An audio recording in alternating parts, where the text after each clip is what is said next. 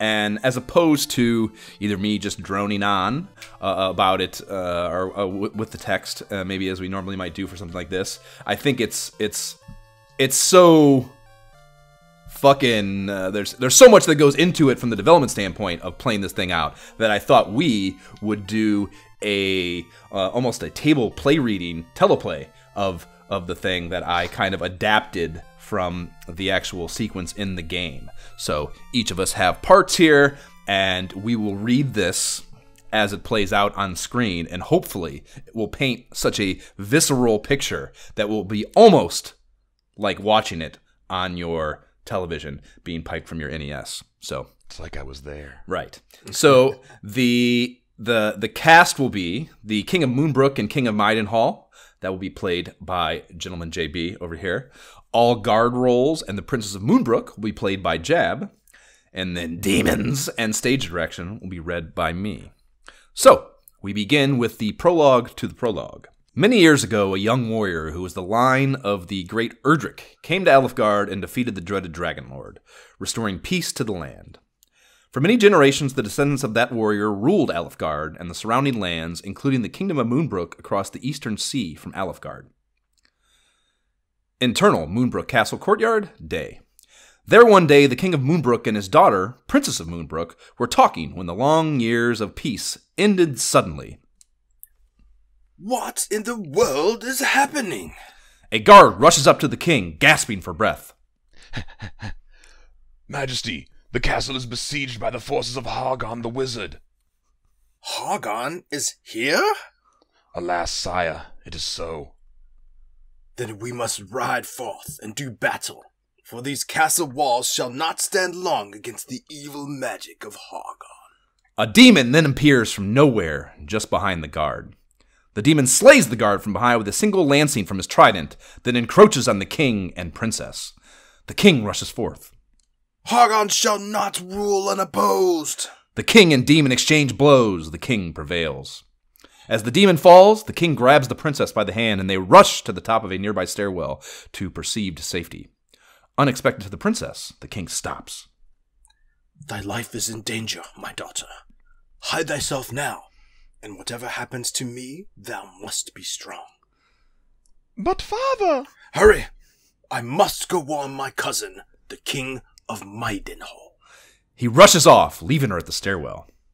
Moments later, another demon appears between them, nearest to the princess. Father, they are here! The king turns to see the heathen closing on the princess. Oh, such a brave beauty! The king rushes back. Touch her, and thou shalt not survive this day.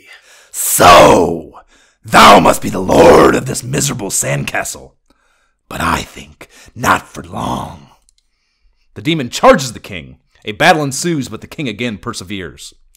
As that demon perishes, two more appear at his flanks and swarm him. The king fights valiantly, but they are too much, and the great monarch falls. No, father, no! The princess runs towards him, drops to his side as the demons loom over them. Cut to. Internal, all around the castle, day.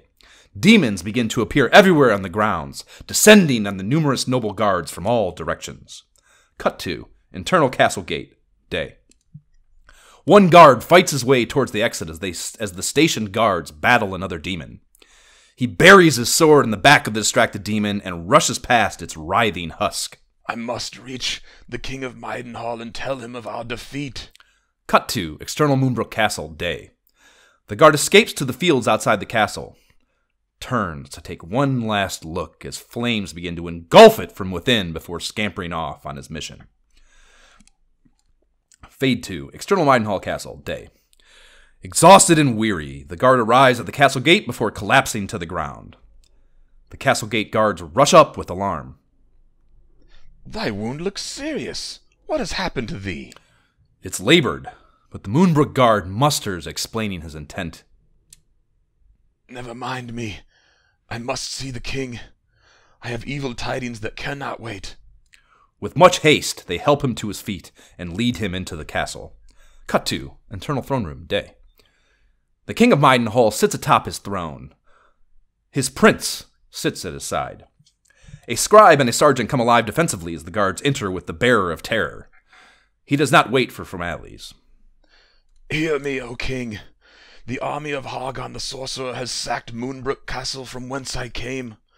The evil of his magic is great, and I fear that he will soon rule all the world, unless a monarch as great as thyself stands against him.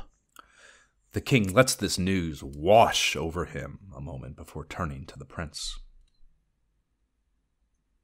Todd, my heir, thou hast heard the tale of this man.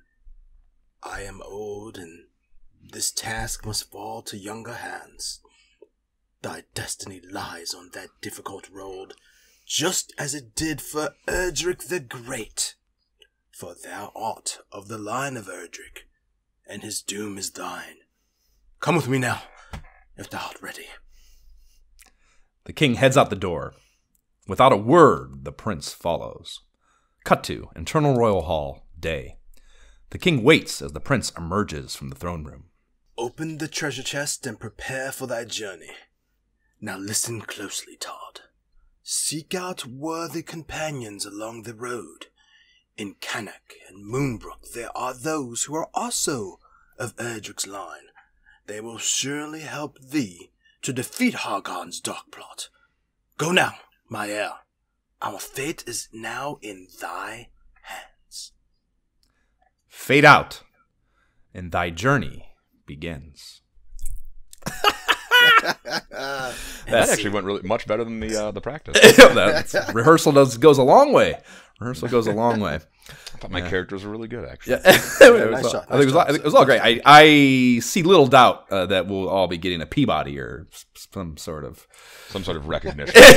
some sort of dramatic recognition for that piece of dramatic integrity, that Shakespearean dramatic integrity that we brought to that piece of writing.